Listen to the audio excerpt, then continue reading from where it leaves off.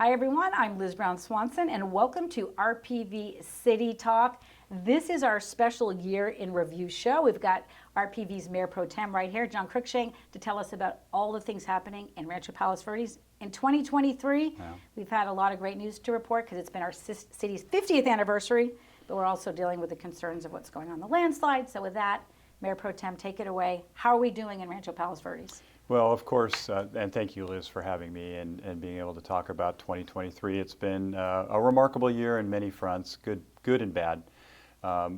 Currently, as many people know, on top of everyone's mind is what's going on in the Portuguese Bend landslide complex.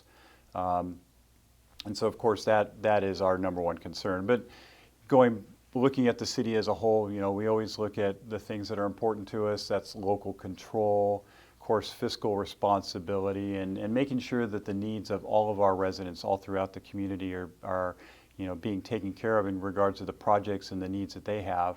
And so even though we do have these urgent needs in the landslide area that we are diligently working on, we do have some things that are going on that we're looking forward to, like the revitalized Ladera Linda Community Center that's going to be opening soon.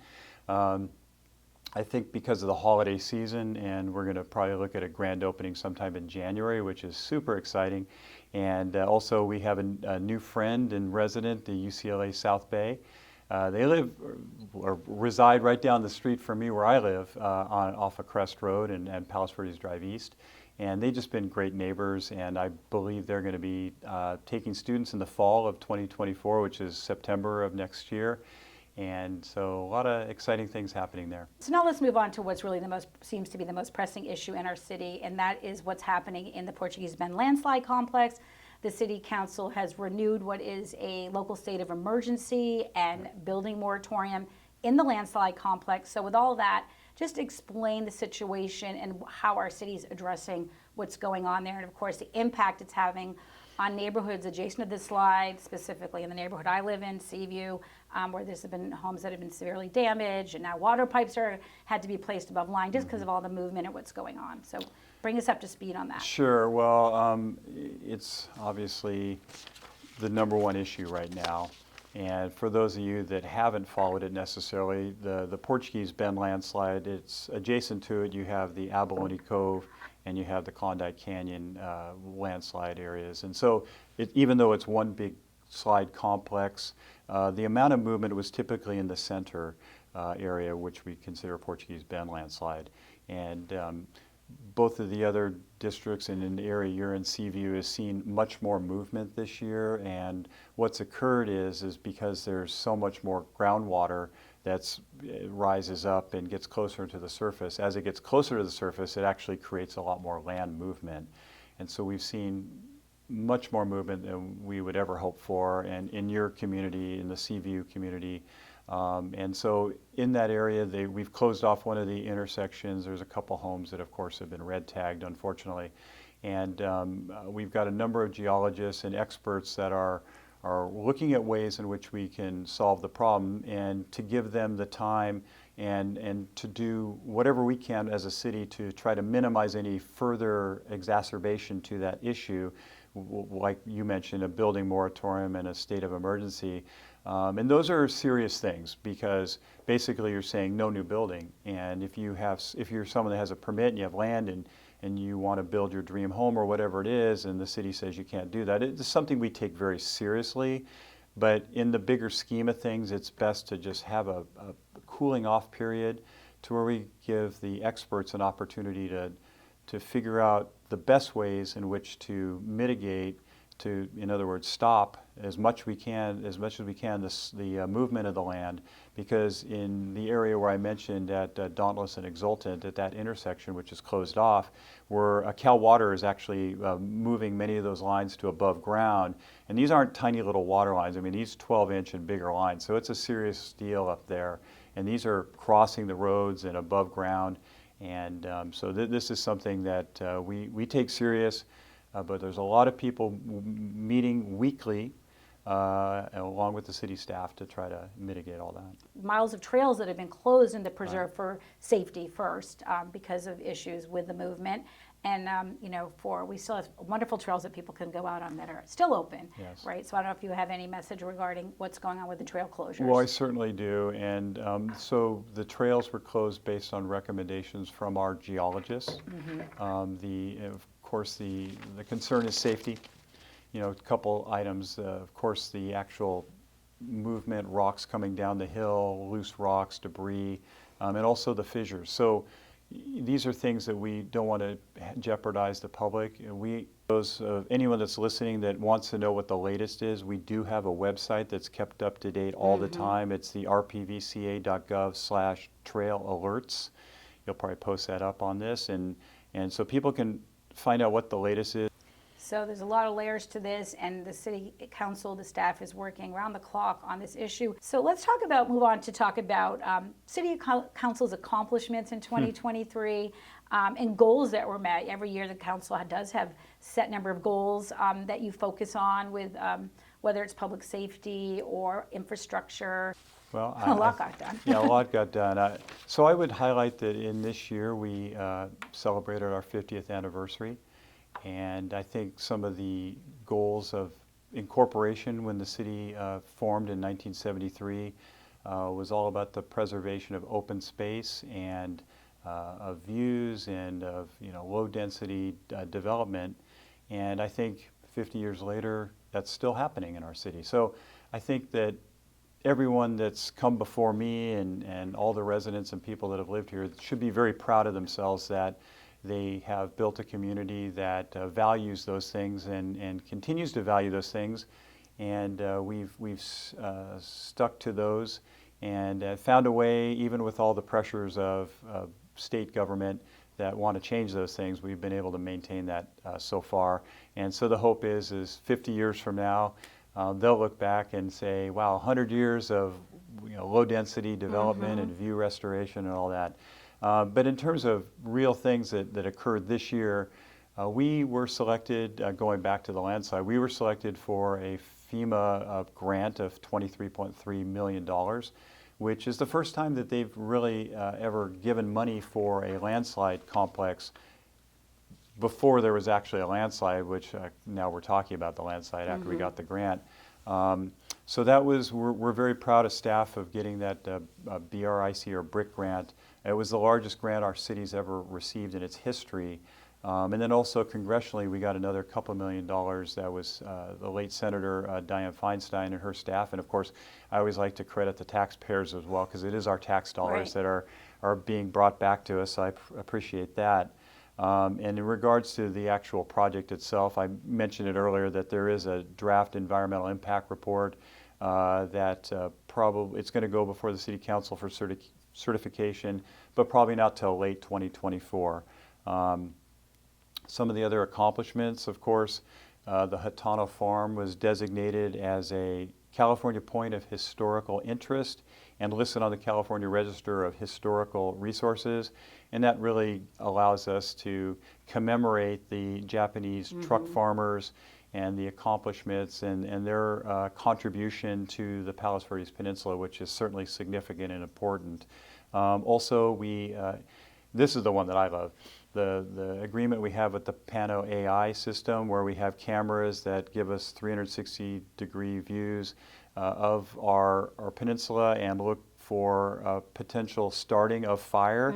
If they start obviously with smoke and it gets more and more, and it uses artificial intelligence to be able to determine whether it's a real fire or not, and if it is a real fire, then it notifies the LA County Fire Department very quickly on that so they can get their resources out there. So I love that. Of course, more tax dollars were given to us by Assemblymember Almar Asuci, which we appreciate his help in getting those, so that I think that pays for 10 years of that system. And I think it's already found one or two fires about to happen. So we know that works, and I think one of the fires was in Torrance, so Torrance is benefiting as well from our cameras, we're always happy to help our neighbors.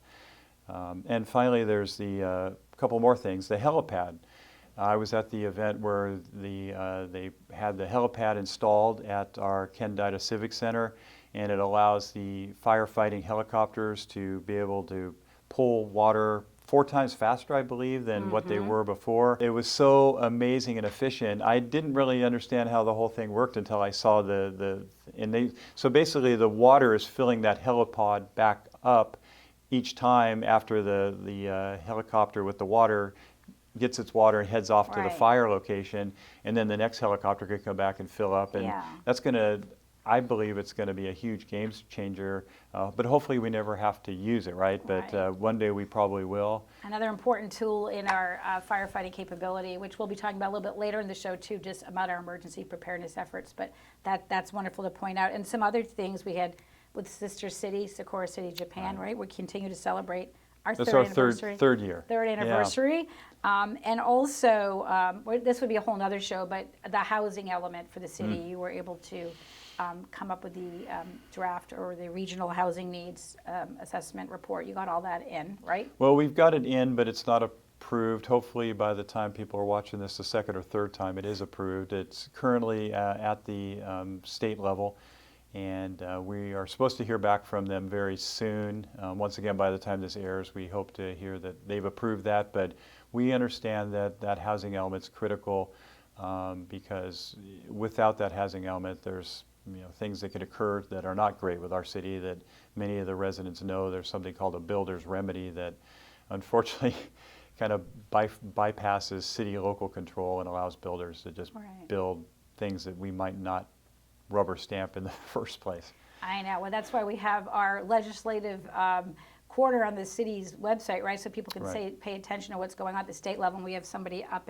in Sacramento lobbying for our local needs as well. Yeah, no, we do. We have the city has a lobbyist that's up in Sacramento, and they do track these bills and activities, and when they see something that's critical, they let us know about that, and then we're able to take actions, whether it's writing letters or if it's contacting our legislators or whatever action we need to do to protect our city. In that list of accomplishments in 2023, moving forward, Civic Center master planning was huge as well. Oh, We're huge. moving forward on that. Talk a little bit about that project going forward, where we're at with the idea of concept of redeveloping the Civic Center site. Well, so we do have a Civic Center Advisory Committee, and they've been working for a very long time on doing master planning, getting community input.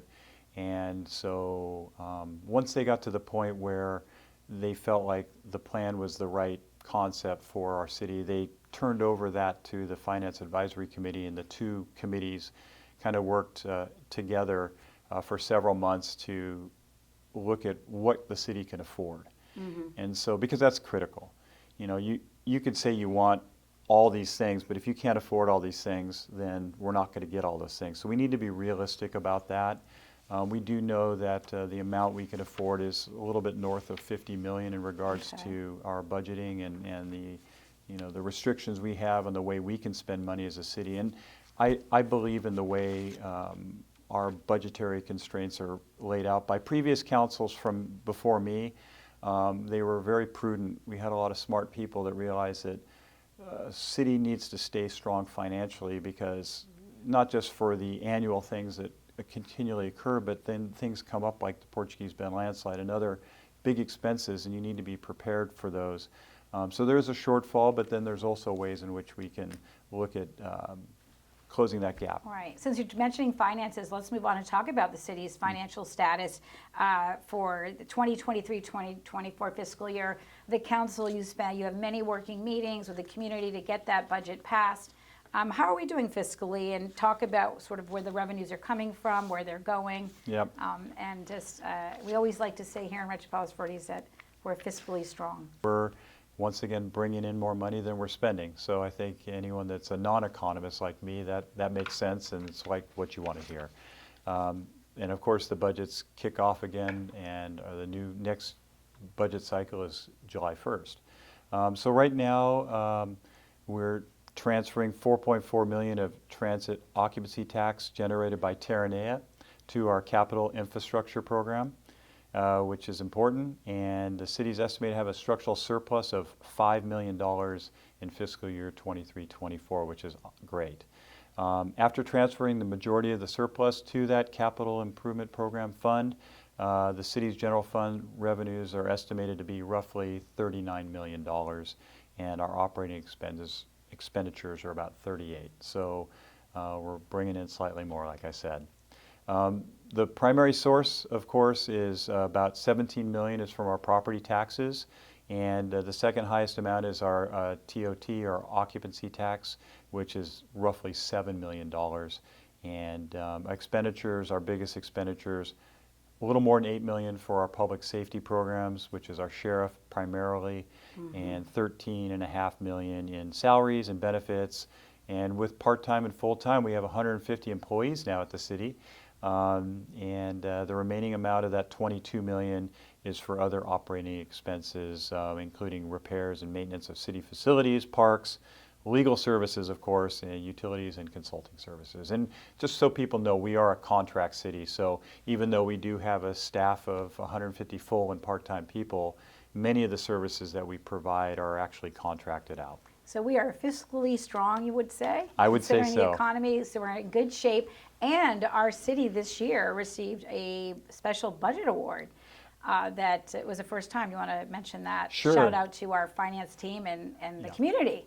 Well, yeah, I mean, you're right. We should give the community the most credit because they're the ones that hold all of us accountable.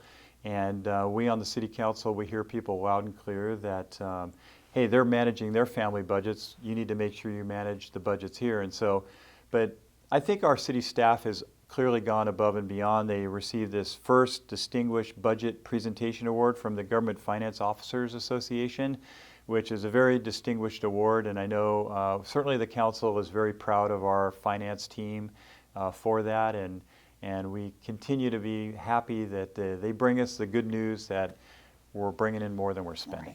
You mentioned about the sheriff's contract we have is $7.8 million this year. It grows. With that, I'd like to move on to talk about public safety, which is a #1 goal, and the resources we have with our contract with the Sheriff's Department and Lomita Station. And of course, now we have a new captain, Captain Kimberly Guerrero, to congratulate. And so what are we doing as a community and to protect ourselves, and the city's doing with resources? Right. Well, I think first and foremost, people need to know, and congratulations to Captain Guerrero. She's going to be a great addition to the team and a great leader for our community.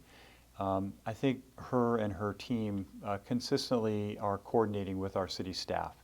I know that our city manager, Ara Moranian, and Captain Guerrero are already talking a lot in regards to what's going on. And of course, our city manager wants to know anything that's happening that needs to get conveyed to the city council in regards to where things are, because we of course get a lot of calls and inquiries from residents, and so that's probably the most important thing, that our Lomita Sheriff Station does a great job of participating in community events, listening to what's going on, and has their ears to the ground, but also, you know, people got to remember that even though we are a very, very safe community, people still need to be aware of their surroundings. They certainly need to be vigilant in regards to going on long vacations and not necessarily broadcasting that to the general public. Maybe tell your next door neighbor that you're going to be gone so they can watch your house. But certainly don't broadcast it out on Facebook that you're going to be gone in the Bahamas for a month. Also, I know that our sheriff and her team are going to try to do security audits of people's homes to make sure that what type of things they should be doing to harden their home to keep their family safe. And so that's an opportunity I think our residents should take advantage of. And I also finally know that our city is concerned about traffic issues and some of the other crime suppression, so we're putting a little bit more resources and money into making sure that those items are being covered as well. Right. In terms of crime statistics and trends, I think whether it's burglaries or identity theft going on, I mean, we all have to be diligent to not become victims as well, like you were saying. Yes. And we hear about neighborhood watch out there, and our community is strong. If you see something, say something. Yes. And of course, our city offering grants Yes. to encourage residents to install a video camera system. And so we do have a public safety reimbursement program, and of course for individual homes or for homeowners associations, and just contact the city to learn more about that. But we understand that part of the public safety role of the city is to also help residents make sure that their individual properties are safe. And so we encourage people, if they feel like they need that additional camera and level of security where you're recording things, and unfortunately sometimes it's after the fact, but at least we can use that information to capture criminals after the fact, and so they're not on the street anymore. Or it could also deter people when they see the camera and they see they're on camera, they might turn around and not rob your house. As we continue to talk about public safety, which is a #1 goal of the City Council, wildfire protection and emergency preparedness. We are going strong on that, especially as our city has been designated a high fire hazard severity zone, and it's impacting all of us in terms of just making sure that we're even more diligent on doing what we need to do to make sure our houses are, we've done defensible space around our homes. So talk about just the efforts that are going on in our community right now so that we are protecting ourselves from wildfire. Yeah, so the latest is that we have a system where there's evacuation zones, and if people go to pvpready.gov and they can know their zone, and basically you could type in your address and it'll tell you which zone you're in, and then let's hope it doesn't happen, but if it does happen, at least we're prepared. And if they have to evacuate certain locations within the city, you'll know what the evacuation orders are, or the evacuation, there might not be an evacuation. They might ask you to actually stay in your home because that's the safest thing to do. And so understanding what you need to do in an emergency is critical. So if you go there, you get your zone number, and then when some type of emergency announcement, your zone number will be designated, and it'll tell you what action to take to best protect you and your family. Mm-hmm. And we have that, and you mentioned earlier in the show, we've got the wildfire detection cameras that were put into the preserves. Yes. So all of these efforts, I know the city was part of 2 workshops that I got to attend, creating if we had to ever create shelters, if there was any kind of a catastrophe or an emergency situation. And also a firescaping workshop that was a joint effort is now running on RPVtv. It is incredible information about what we need to do at home. I know you went through this with your own house, right, to create defensible space, and the new requirements that more residents than ever in our city are going to have to step up and do what they need to do to make their properties safe, and also and to be able to be insured. When you're prepared, you're going to also be better prepared for your whole neighborhood, right? That's what I was going to mention. That's so important. I think it's not just people. I know they're nervous about doing this brush clearance and that, but honestly, after I did it, I felt like not only did I feel like my house was safer, but I'm doing the right thing for my neighbors as well, because I don't want to be the house or the property that catches fire and causes a problem for all my other neighbors. So I think we need, as a community, to look at how we can best keep all of ourselves safe. And I always say this when I get an opportunity, but I recommend people go get to know their neighbors. Maybe this holiday season, make up some cookies and knock on some doors and say hello to your neighbors, because you never know when you're going to rely on your neighbors, or you need to go check in on your neighbors when there is an emergency. I think it's super important. Next question I have for you was just, in a way, how our city is trying to engage the community to give back each way, whether RPV formed its own community foundation, nonprofit. We are starting up a youth advisory committee to engage the youth in the community, and also a public safety services division pilot program, again, for more like a community policing approach. So all these opportunities to engage the community, to give back. Talk about some of those areas this is all programs started by the council this year. There's always been a lot of generous people in our community, and usually the city, when they want to donate money to whatever it is, whether it's a tree dedication or a bench or whatever it is, those have to go through individual votes to the council. And I think we realize, because we have larger projects like the Civic Center Master Plan and other bigger projects, that maybe it makes sense that we actually create this RPV Community Foundation. And so that's currently going through the legal process to become an official nonprofit. But then once that's up and running, we'll be able to accept contributions, and it'll be a much more seamless and easier process. The Youth Advisory Committee, and I have to give Council Member Alegria credit for this, I think he saw an opportunity to get our young people more involved. We're going to be interviewing soon, and selecting that first youth committee. And then we're going to have an opportunity to actually get some feedback from our younger people, and I think that's really going to help our community understand that and make better decisions for so that we listen to everyone. I think that's super important. And then the public safety division, which kind of adds to, you know, how do we add to what the sheriff's already does for us in regards to public safety. We're looking at early stages of a pilot program in our city. And we're going to collaborate with our sheriffs, of course, but you know, what is it that we can do in-house that maybe in terms of providing quick relief to certain things that maybe don't require the sheriff's department to go out and do with their training, their professional training, and add and enhance to the public safety here we have in Rancho Palos Verdes. And as we talk about what the city is doing going forward in the future, one big project coming up is Western Ave beautification project. How is that looking and going forward? And I know there's multiple agencies involved with Western Avenue. You just said it, the complexities of having two other large agencies, the City of Los Angeles and Caltrans, to deal with. But I think we're moving forward. You know, we certainly have had some nice conceptual plans that have been put together by a landscape consultant. And I also know that our city staff has been doing things that they could do to just beautify now, like making sure the bus shelters look good and the trash receptacles look consistent and the vegetation is actually mowed and you don't have broken curbs and that. So it looks a lot better out there, but there's certainly a lot more we want to do. I know we put banners up on the Western Avenue to announce different events. And Western Avenue is a huge part of it, of what we want to do in this city. We're going to have to slowly wrap up this year in review show, but it was the year where City of Rancho Palos Verdes celebrated 50 years. This is an amazing milestone. Every month there was events going on in our community, and we can't talk about them all to go down memory lane, but just something that, you know, anything you want to just mention about the 50th year celebration. I mean, I think I mentioned this a little earlier, that Rancho Palos Verdes is a very, very special place to live.